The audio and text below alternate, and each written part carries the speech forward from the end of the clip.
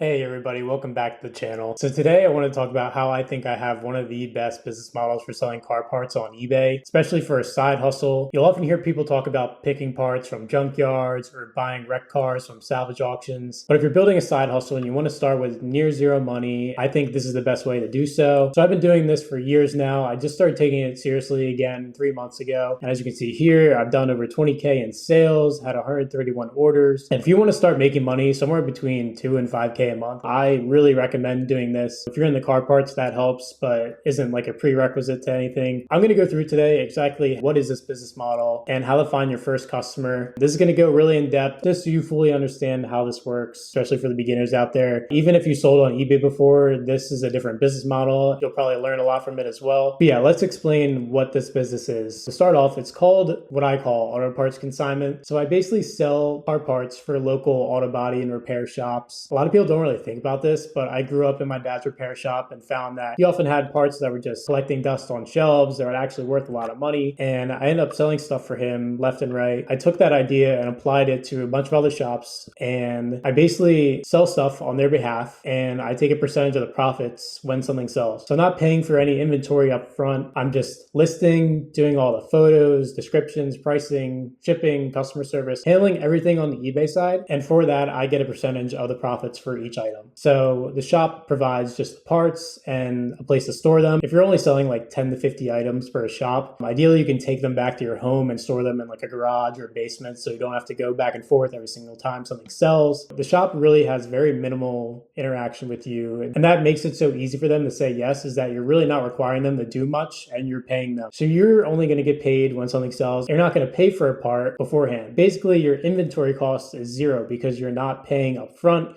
You're waiting for the part to sell, you're taking a commission, and then you're giving the shop the rest of the money. You might be wondering, like, what are these parts exactly? And it kind of varies by shop to shop, but you'll be selling some used stuff, you'll be selling some new stuff, some might have damage, there might be some overstock, and here's an example of what a payment breakdown might look like per an item. So let's say on eBay you sell a headlight, and after fees and shipping and everything, you net total $200. So in this payment breakdown, the shop would get $100 of that and you would get $100. And the model that I recommend is to go lower on your percentages as the price goes higher. It might not be completely fair for you and the shop. If you're taking, 50% of an item that sells for $1,000, I usually lower my percentage to around 30 to 40%, really depending on how much effort it takes me to package the item and get it shipped out. But that's the beauty of this, is that you can set your prices the way you want to. This is just an example. This isn't exactly what I follow, but this is basically how it would work. So let me dive a little bit more into the actual problem and the opportunity here. Like I said, this is kind of a little unknown compared to the other ways you can make money selling car parts. Auto shops work on dozens, if not hundreds of cars per month, depending on how busy they are, how big they are, how many locations they have. And they're replacing parts left and right, and they could be for a multitude of reasons. But overall, the result is that parts will end up on shelves or in closets somewhere, pretty much forgotten about because they're worth money. They don't want to throw them out, but maybe they'll think like, okay, I'll go ahead and sell this eventually, but it really just gets left and forgotten about. Here's some examples of some things that I've sold recently. There's this BMW headlight with broken tabs. So the car came in after a collision. The headlight still worked, but from the front end collision, there is some damage to it. So obviously they had to replace it. But with that headlight that was still worth a couple $100, they didn't want to just scrap it. They knew it was worth money. Then you also have things like used Tesla rack and pinion. I think this was off like a Model 3, not brand new, but used. And then you also have new parts like this right here is a Ford Ranger OEM wheel that was brand new, never installed. And these were things that were just sitting around at one of the shops that I work with, and they really didn't have any intentions of selling them or scrapping them. They're just laying around. Why don't shops sell it themselves? eBay just takes a lot of time. Listing stuff can be tedious, especially if you don't have a whole operation like I do. Everything's like streamlined the way that I do it. They're just selling stuff left and right. It's probably an annoyance to them. And overall, just the owners of these shops have higher priorities. They have more things to care about managing than just listing a couple parts here and there. So this is where you come in. And there's multiple ways that you could do this. You could buy all the inventory up front and spend money. But the way that I prefer doing my business is a consignment style. So basically, I start with $0. I don't need to pay for any inventory up front. There's no risk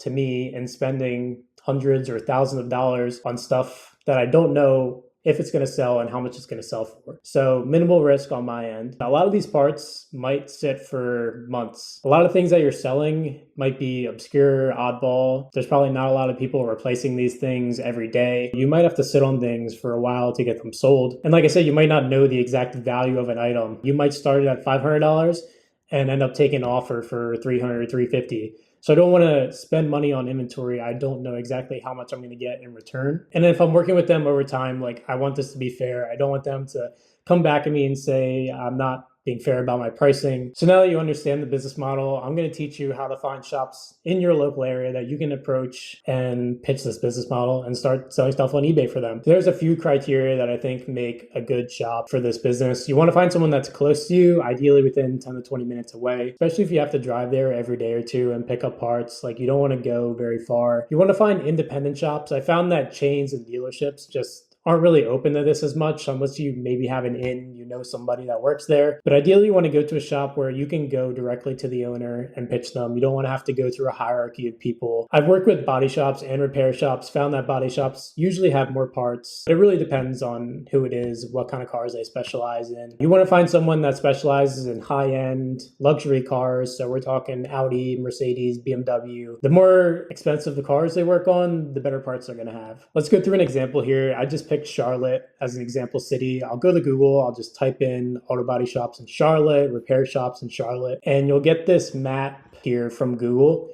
and it'll show you all the different shops in your area. It'll show you the names, the ratings. So you want to start filtering them down to find who are the best ones to work with. A few things, like I said, you want to find independent shops. You want to find ones that work on newer, more luxury cars.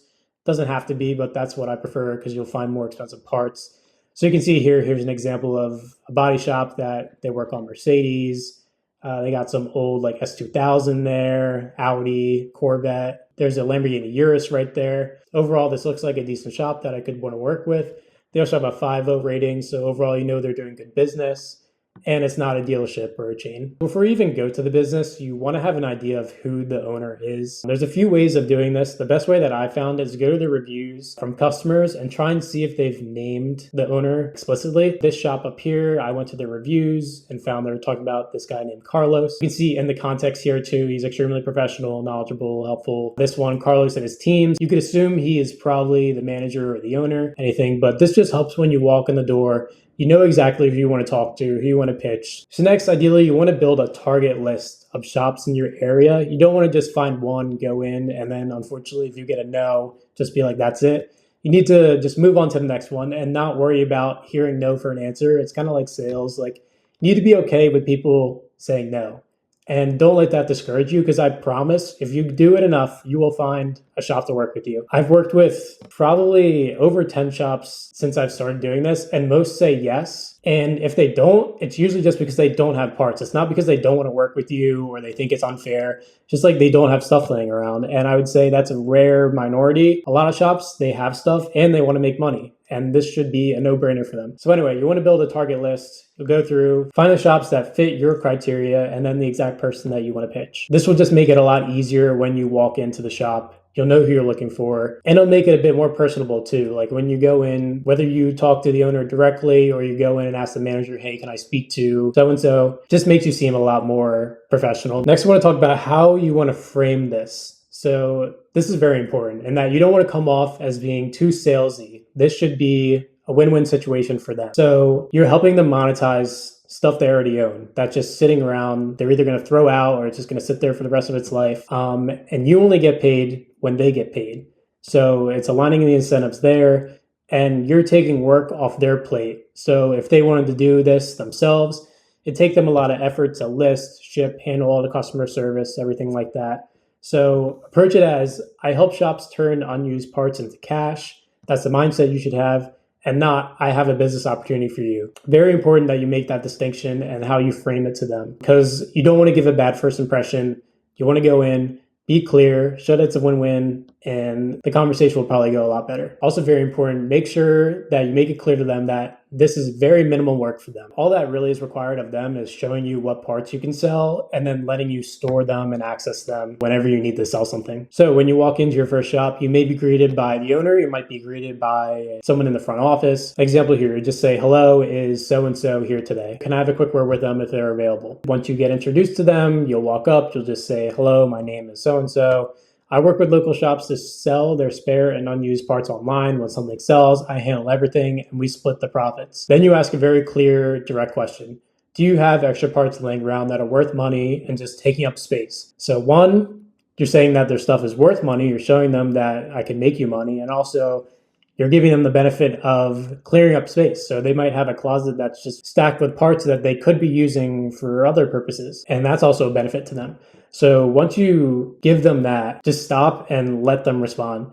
Some of them might actually come back very enthusiastic and say, oh, I got tons of stuff laying around. It's been taking up space for years and I'm just ready to just get rid of it. And when you find someone like that, you know that they're going to be a good partner for you. And like I said, hit on their core pain points that they're feeling. So the parts are taking up space, their shelves full of money, just collecting dust.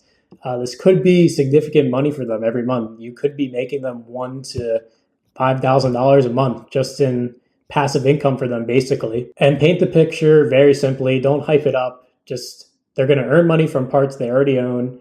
There's zero upfront costs. There's zero ongoing effort from them. And it's really just pure upside. Like I said, it's just a win-win for you and them. Next, you might have some common misconceptions or questions that you need to address. One of the first questions they'll have is, how much do I have to pay you? And I think the most important thing here is just be very upfront and build trust right from the beginning. You don't need to be very specific in like, oh, for X percentage, I take this or that, but just let them know that, hey, I charge around 30 to 50%. For higher ticket items, that price comes down, just to let them know that you're not trying to scam them. You're not trying to take more than you deserve. You just want to make it fair for both of you. Even if you just say that, like, I'm trying to make it fair for both of us. If they do say, oh, that sounds like too much for me, and honestly, I really haven't gotten that before, maybe once or twice. But you just need to reassure them that, like, this is not no work. You're going to have to be listing stuff. You're going to have to do research and find part numbers. You're going to handle all the shipping. So you're going to need to source boxes and bubble wrap and ship parts out. You're going to handle returns, customer service, all that stuff. And you want to just tell them that up front, like, hey, this is going to take some time. This is like, my time's valuable. So if I want to do this, I need to make it worth my time. And this is how much I'm going to charge. And then if they ask how much they're going to get paid or when they're going to get paid, and this is really up to you. You can do it however you want. But the way that I run my business is I pay the shops every 2 weeks for the previous 2-week period. That makes sure that, like, if there were any returns, things like that, I'm not paying them for a part that was returned and then saying like, oh, you owe me back money because someone returned the part. Usually for that 2-week period, if there are returns, they'll happen then. And if it does happen after that, I'll just deduct that return from their next payout. So you could do every week, every month, whatever, but 2 weeks seems the best for the engagements that I do. And then lastly, just keep good records of all this. You want to make sure that when tax season comes around, you have clear records of how much you've paid out, and you want to provide them a copy as well. So make sure that they're paying taxes on their end. And then a few more pointers here to help you succeed. They're not like necessary, but business cards I found help just to show a bit more professionalism. You want to have a clean appearance, like nothing crazy. You don't have to walk in like a dress shirt or anything, but just look somewhat professional, be confident, and be very clear about how payments work. If you're being like very ambiguous about it, they're going to be a bit skeptical. Okay, here's some things you definitely want to do before you start selling car parts for a shop. One, you want to always have an agreement in place. You can pretty much have ChatGPT write this up, but you want to be very upfront with them. It doesn't need to be more than like a page long, but just very clearly outlining like what service you're providing, what your percentages are, how payments or payouts work. That just protects you and the shop as well. Again, this is a partnership. You want to set expectations as such. And this is something I found like shops and honestly just most people don't understand about selling on eBay is that fees exist and they're kind of expensive, but you just got to deal with them. Don't let this stop you from starting this business because they don't stop me and I still make plenty of good money from this side hustle. but eBay is going to take about 15% of every sale that you have. And then if you're offering free shipping, that's also going to cut into your margins. Just overall, there's going to be fees and taxes from all this. So you can't just charge 10 or 20% doing this. Like, it needs to be enough to still make it worth your time after all these fees and everything after that. So if you're selling an item on eBay and it sells for $100, they should not expect to receive $100. They should not expect to receive $70, $80. After fees, you're looking at $85. If you offered free shipping, you might be looking at $70. And then say you're taking 50% on a item that costs $70, then they're going to get $35 from an item that sold for $100. If you're very clear about that from the beginning, there won't be any surprises after you sell your first couple items. Avoid any problems later on. So I might be repeating some of this, but it is very important. So I just want to make it as clear as possible. You're offering zero risk for them, zero effort from them, extra income for the shop, selling stuff online for them that is just sitting on shelves collecting dust that they probably wouldn't get around to selling on their own. And if someone does say no, most of the time it's just because they don't have stuff to sell. So that's not on you. Just move on to the next shop. Like I said, there's plenty of shops to work with. If you even think about how many local body shops are there within a 10-mile radius of your house, there's probably tens, more than 20, 30, depending on your metro and how big your community is. But I have a whole map of my local city. There's probably 30, 40 body and repair shops in that list for me to go through that are good quality shops. And I've really only gone through like 5 or 6 because that's all I've needed to grow my business to where it is today. Please don't get discouraged if you hear a no on your first or second shop. Just keep going. If you're confident, if you have a good pitch, I promise you will get a business to work with. And that's pretty much all that I got for you today for this video. If you have any other questions about this, if I wasn't clear about anything or I didn't cover something, please feel free to leave a comment below. And I really hope this encourages you to start doing the side hustle. And please watch my other videos. You can see the vlogs that I do of like day in the life of running this side hustle. Probably sounded like a lot, but I genuinely believe this is one of the best side hustles you can do. If you enjoy selling on eBay, if you like cars, it's really not that complicated. Once you have a process down of listing and shipping, handle everything like that, it becomes very scalable. You can list 200-300 items and sell stuff every day and make $2 to $5K a month easy. And honestly, I think it's a lot less effort than going to the junkyards or buying whole cars and parting them out. And like I said, there's zero risk for you, really. You don't have any inventory costs. If you want to buy parts up front and work a deal out that way, you could do that too. But this is what I found that works for me. And I really enjoy it. And I hope this inspires somebody else to go out there and start doing it themselves. Like I said, that's pretty much all I got. Thanks again for watching, and see you in the next one.